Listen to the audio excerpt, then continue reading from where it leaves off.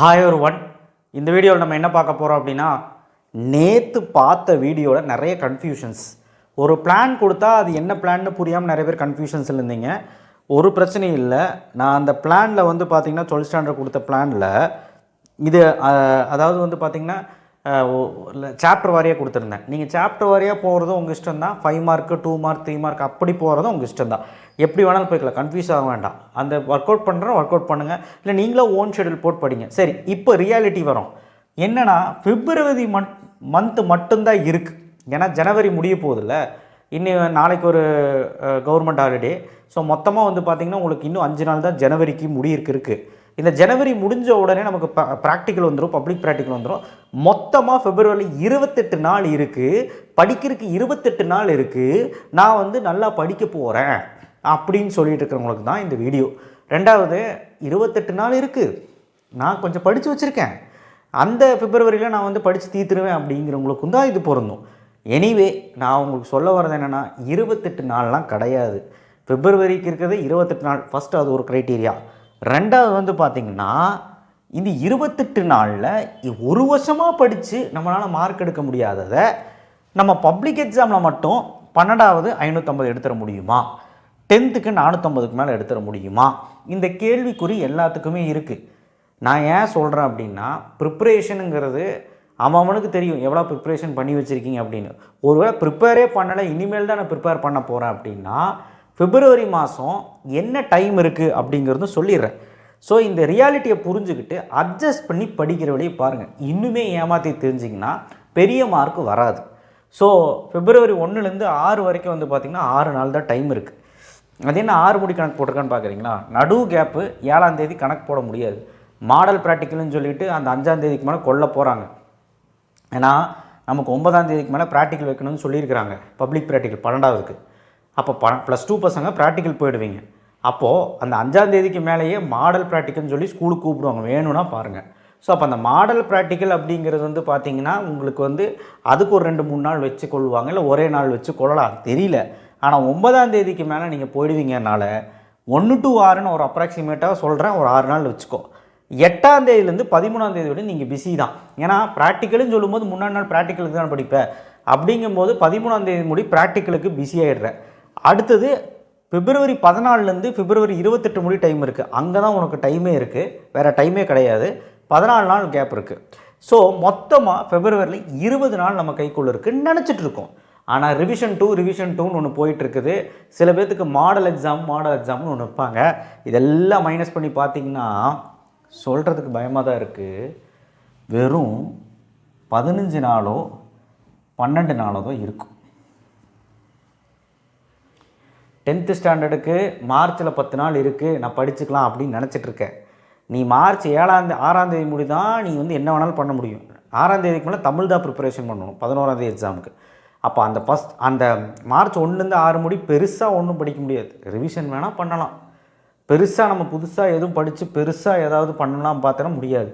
ஏதாவது 1-2 கொஷின்ஸ் வேணால் பண்ணிக்கலாம், தவிர ஒரு சாப்டர் 2 சாப்டர் 3 சாப்டர்லாம் முடித்து நம்ம அந்த 6 நாளில் புதுசாக ஒரு க்ரியேட்டிவெல்லாம் பண்ண முடியாது.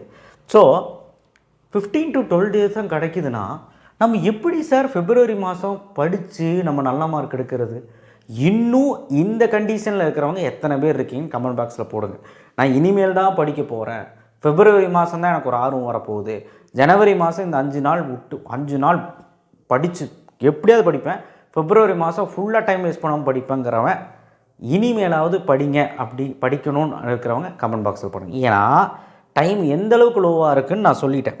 இப்போது கன்ஃபியூஷன்ஸ் நிறையா இருக்குது இல்லையா, எப்படி அது கொண்டு போகலாம் அப்படின்னு.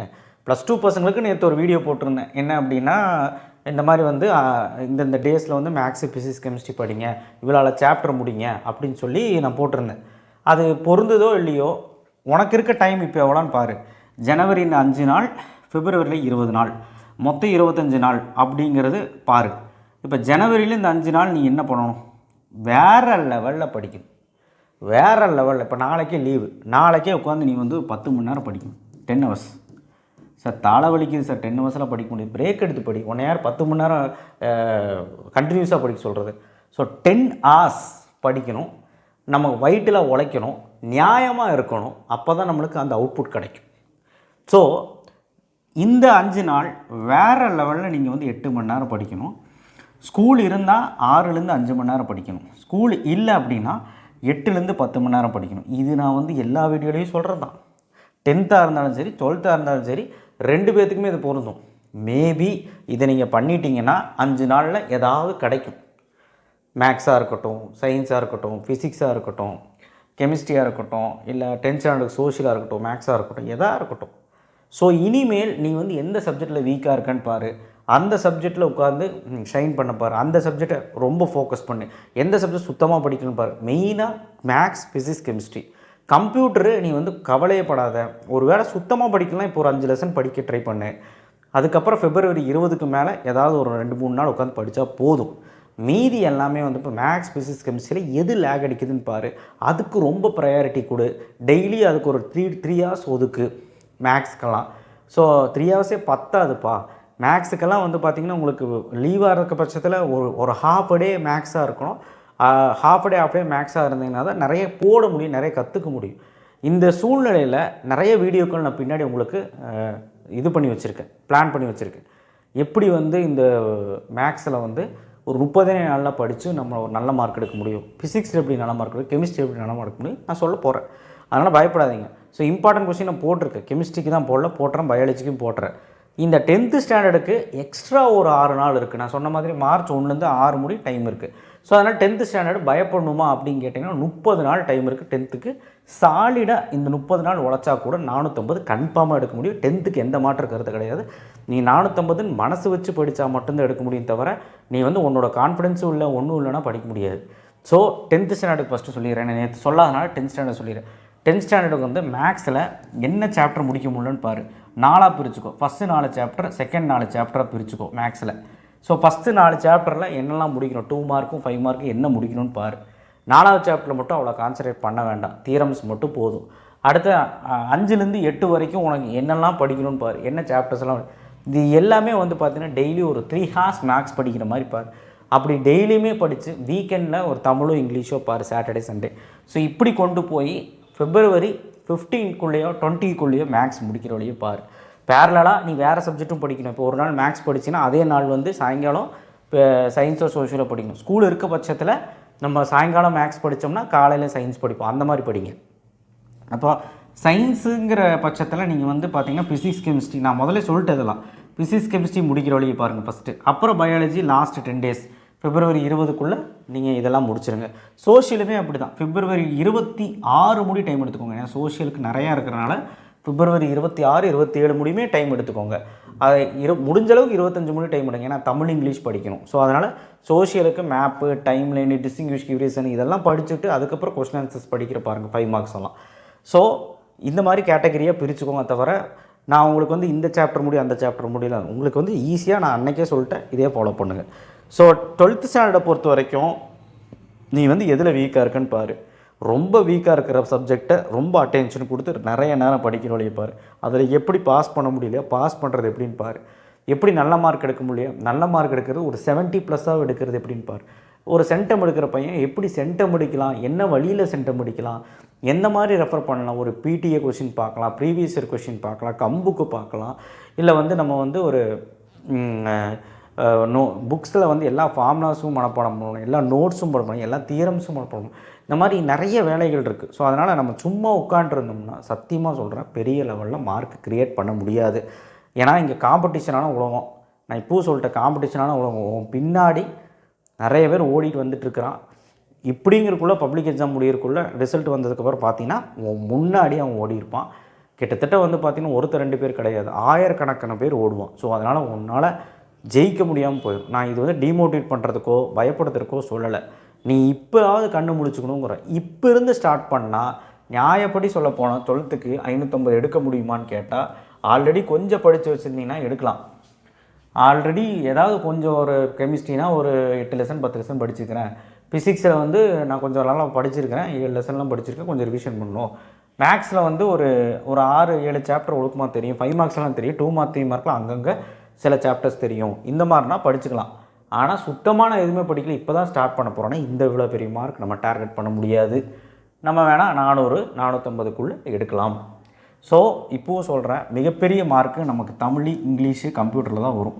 ஸோ இந்த 3 சப்ஜெக்ட்லையும் அடிச்சிங்கன்னா டோட்டல் வந்துடும்.